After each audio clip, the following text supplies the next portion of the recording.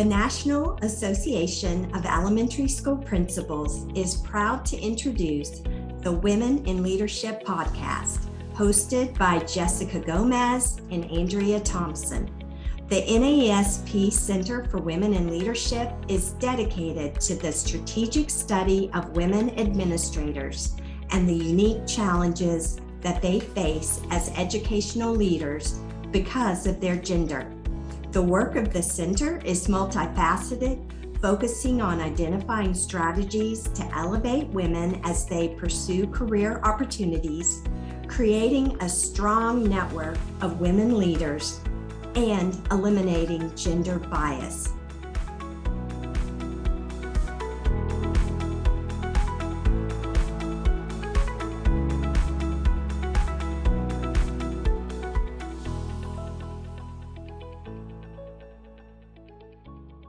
Welcome to the NASP Center for Women in Leadership podcast. I'm Jessica Gomez, one of the co-fellows of the center. And I'm Dr. Andrea Thompson, also one of the co-fellows for the Center for Women in Leadership. Well, thank you so much for joining us today. Our goal is to amplify the voices of female educators across the country on critical topics contributing to our success as female leaders. Today, we're going to be talking with Liz Garden, the principal of the Dr. Leroy E. Mayo Elementary School in Holden, Massachusetts, on benefits and the need for building powerful networks of support and sisterhoods. Liz, welcome to the podcast. Hello, so glad to be here. So I've had the privilege of being connected to Liz for over 5 years now. For those that don't know the amazing Liz Garden, Liz, can you please share with our audience more about who you are? Yes, so I am in my 14th year as a school leader, kind of crazy, that I actually have surpassed my time as a classroom teacher with my school leadership. And I've been at my school for 4 years, building up a great community. And I'm also, besides being a school leader, I am the vice president of our state association. So next year I'll be the president of the MSAA. Very exciting. I'm also an editorial advisor for Principal Magazine. I love writing and contributing to the magazine with my other NASP colleagues. And I'm a mom. I have a first grader who has learned to read this year, which is amazing. And then I have a second grader who, after my own heart, is a reading addict. And I am married to a musician husband who you might hear music going on in the background because he's always teaching music. Fabulous. And that's a little bit about me. Thanks, Liz. Okay, Liz, welcome, welcome. So Liz, one of the biggest challenges female leaders face today is garnering support from other women. So Liz, what is your advice to female leaders across this country when it comes to giving and getting support from other women? So I think, in terms of both giving and getting support, I think it's really important to be vulnerable and brave, to not be afraid to reach out to other female leaders. And then at the same time, for yourself, I have done a lot of different women groups and been part of them, or I have presented at conferences, all these things. And I still think, I don't know if people really are going to learn from me. Like, are people really going to, am I going to have something to share?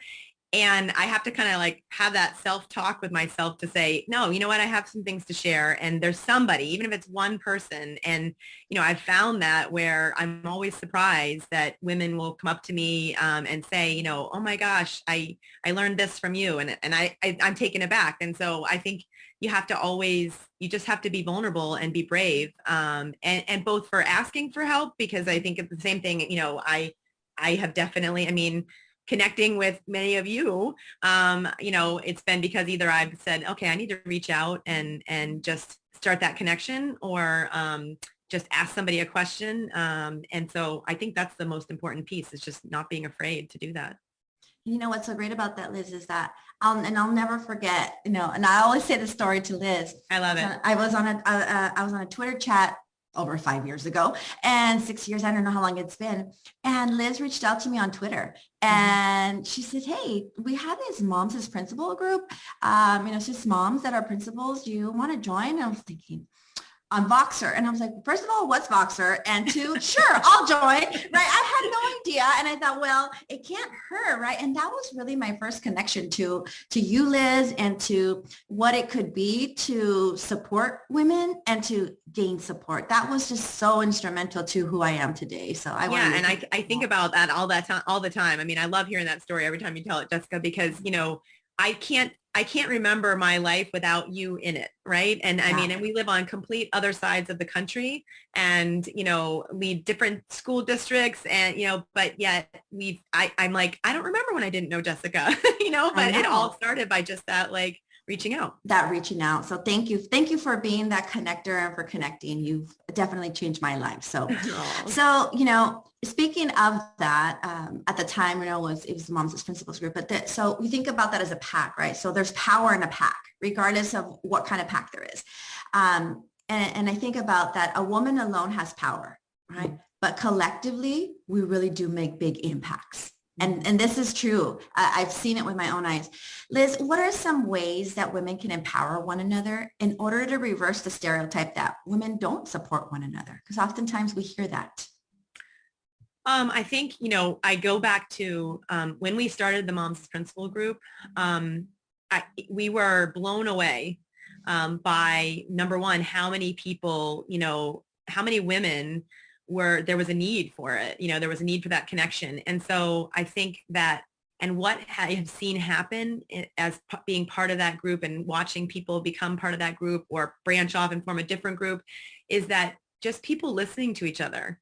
Right. And, and when women are given a platform to share their story with each other or their celebrations or their frustrations, that is empowering, right? That they know that, okay, I'm not alone. And somebody else is going through the exact same thing I'm going through. And sometimes it helps just to like be able to share your story, to come on to Voxer or, a Twitter message or a phone call and just say, oh my gosh, this just happened to me. And for someone else to say, I hear you. And I feel you, that to me, that empowers me. I love mentoring and coaching and helping other female leaders. And like, just to get a message from somebody. And now, I have so many different women leaders that I've connected with where, just the other day, one of them just sent me a message and she's like, I'm just checking in on you. I haven't heard from you in a while. How are you? And, I needed that. I need that. We all need that. And so I think, how we empower each other is listening to each other, just giving each other that floor and that in itself is empowering. Absolutely. Thanks, Liz. Liz, I can really connect to what you're saying because for me, just having these groups to connect with is really, really empowering for me, especially as we talk about rising up in leadership. Let's talk about what women face. So new research in a Harvard Business Review finds that women trying to rise up into leadership face cultural and systemic hurdles that make it harder for them to advance, such as unconscious bias, which you have heard of. We've talked about that.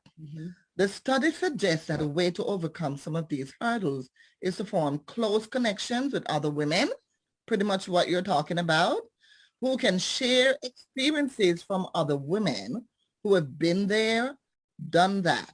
Now, from how to ask for what you're worth to bringing your unique talents to leadership.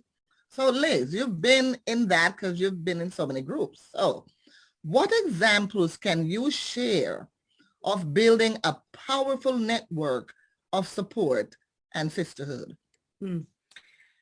Well, I mean, I have a whole bunch, but, certainly it started with the Moms as Principals group, I think, for me. And then, that branched out into smaller groups, being part of the Women in Leadership, network here with NAESP. Then smaller things have branched out of that. And within all of those, I've also actually been part of a group with Kristen Craft with, all with women, just all these different groups. Locally in my state, we have a women in leadership group. And in all of those, like, I know I have absolutely benefited from having conversations such as, okay, I'm thinking of looking for a different job or a different position, and people have advised me, women have either said, oh, I went through that same thing. Here's what I did. Here's what you can do. And, that just, to be able to talk through something as much as like even having a conversation, like a contract conversation, to say, okay, I'm going into this meeting and I'm going to ask for this amount of money, which I think years ago, I know as a, beginning of my career as administrator, I would have never, I just would have said, okay, I'll just sign a contract and whatever they're going to give me, they're going to give me. I mean, now because I've had all those conversations and heard from so many other women, their stories, I've been brave and I've been able to go in and say, or I've been able to, just the other day, I actually was a finalist for a position in another district, and another female leader said, you should call the superintendent and have a conversation with him. And I thought, no, I'm not going to do that. But after I thought about it for a little bit, I did. And, that led to some other things happening. And if I hadn't made that call, I wouldn't have made that call, or I wouldn't even have thought to make that call unless that woman had told me, do this. And we, it's funny. I think back how when I was in middle school, I tried out to be a cheerleader.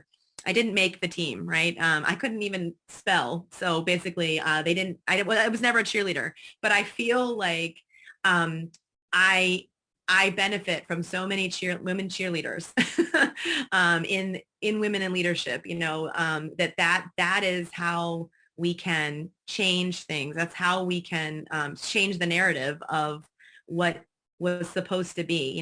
It's supposed to be, you just, you go in and you accept what they give you. You go in and you sit in a room full of all men and you just have to be quiet. All these things that I think when I started out as an administrator, that was like the unwritten rules of that's what you do. You just, and people that know me know that that's not me, but I was fitting in that role. I wasn't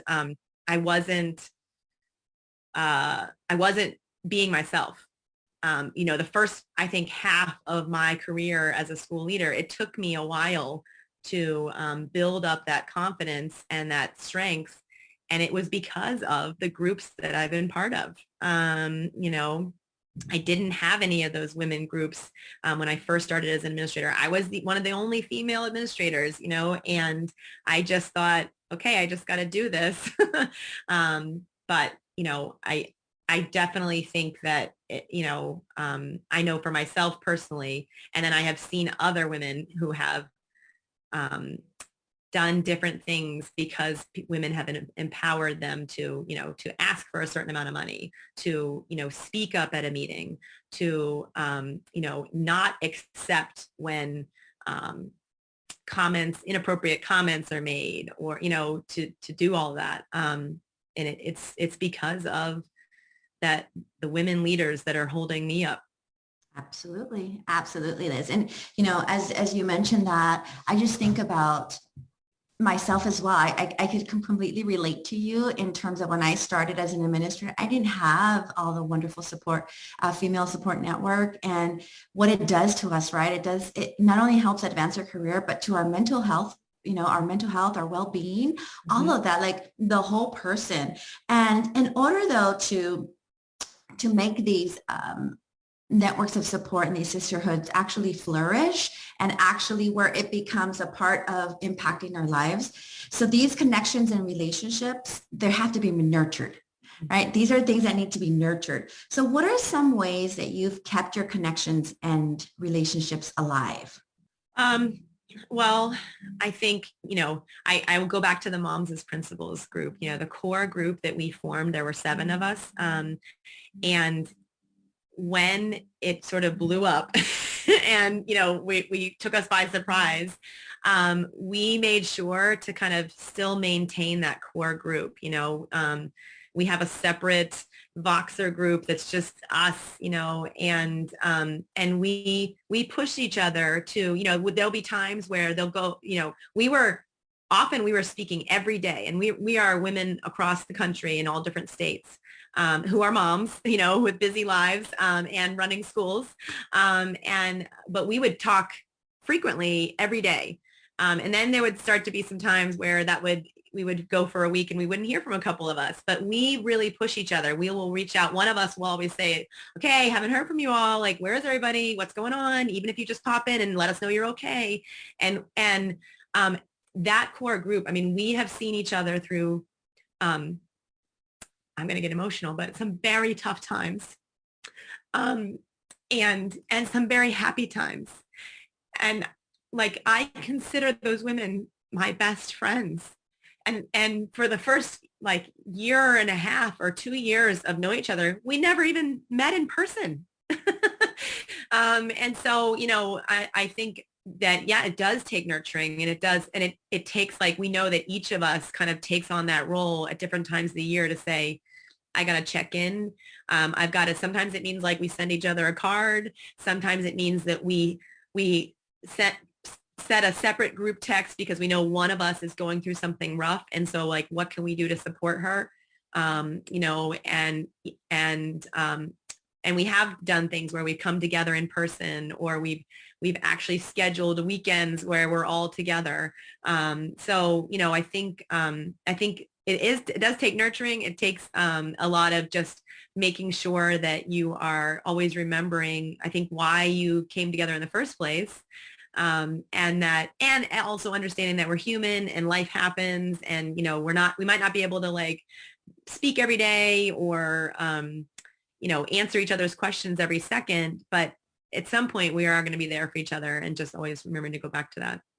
Oh my goodness, Liz, you had me just as emotional as you. I mean, it is emotional when you think about how we support each other. Mm. But there's a theory called the shine theory, which means that when you help another woman rise, you also shine. So maybe this is why you have been shining so much. So talk to us about ways that you've helped other women rise, or what you've seen when other women help other women rise and shine. So, there's a lot of different things. I feel like women have helped me shine. I mean, again, I go back to the core group of moms as principals and the extended group, we never thought, for a while, we were in the beginning, we were writing a blog, and we were, we kind of had we were getting our message out there that all kids are our kids. And we were hearing from people, not just women leaders, we were hearing from educators across the country. And, so our names were out there as, these, and I was like, I don't think I'm any different than any of the rest of you, I mean, we just kind of put a tagline here and, and shared what we believe in, and what we live every day. And so, so that definitely, I feel like, has helped me to just be known as someone who, I don't see myself as any different from anybody else, but, so that was kind of on a large scale. But I think, also I feel like, when I have these individual women, like in my state, that have connected with me, I think of a perfect example was there's someone who's in our Confidence Code book club and from my state, and actually somebody from out of state as well. And both of them, have seen me speak or have talked about, speaking, and I've pushed them and said, you should present, like, you've got so much to share. And they've said, no, I can't do that. And I'm happy to say that one of them just presented at our state conference, and then the other one is presenting this summer at NASP, and I mean, that's like, I'm so excited for them, because I always say to all the women that I talk with, you have a lot to share. You don't realize it, and because I didn't realize it, in the beginning. So your voice should be heard. And so that's something where I'm excited that they're going to shine, and they already did shine, and they're going to shine. And to have a small part in that is exciting. You're so true with everything that you're saying. And just things like retweeting things, right? And just highlighting and amplifying voices of your sisters. And there's this idea, right? That can I trust you? Will I know that you're going to speak highly of me when I'm not in the room, right? The whole idea about trust. And so as we wrap up, Liz, so for those who may be thinking, okay, that sounds all great, that you have this wonderful sisterhood and you have this wonderful power network of support. What would be 2 or 3 pieces of advice that you can give someone on how to seek out a network, a pack, a sisterhood, and how to build that strong network? Well, my advice is it starts with just 2 people connecting, because I'll go back to you and I, Jessica. It just starts with, send that Twitter message, or, you're at a conference and you see someone or you hear someone, even if it's not someone presenting, but it's someone that shares something in a session, like as an answer, go up to them, talk to them, so that's the biggest advice I have, is it takes just one connection, and, nurturing that connection. And sometimes it might, there's definitely people I've reached out to where maybe it's short-lived and it's just in that moment that there was a connection that was needed. And then other times it's lasted for years and years and years, so I think that's my biggest piece of advice, is just take the step, send the message, walk up to someone, and let them know that you want support and you are supporting them. And then I think the other piece too is I always keep in the back of my head, I mean, going back to being a mom's as principal, our daughters are watching us. And, my daughter is watching me. And, I joke that she's got leadership qualities. Maybe some of them are a little bit more intense than others. But, she's somebody who, in her dramatic play, she doesn't play that she's the teacher. She plays that she's the principal, right? And I want that. I don't necessarily want her to be a principal. I don't care what she wants to do, but she watches her mommy, be a leader and connect with other female leaders. And, and whether it's my own daughter or the girls in my school, they're watching us. And I want to always, be that example for them. Wow, Liz, that is powerful. That is powerful. It sure is.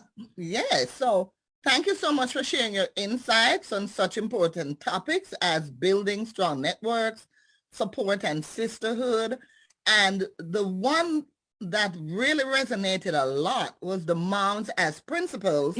So for women who are listening to this podcast, I want them to know that I do not believe that you necessarily have to be a mom to join a moms as principals, because what you could garner from that is when you become a mom, or what you can share with other principals that are moms. So I think it is a group that would be open to everyone. Oh, yeah. Thank you so much, Liz. It was such a pleasure talking with you. Thank you, Liz. Thank you. Thank you for listening. You can find out more about NAESP and the Center for Women in Leadership at naesp.org.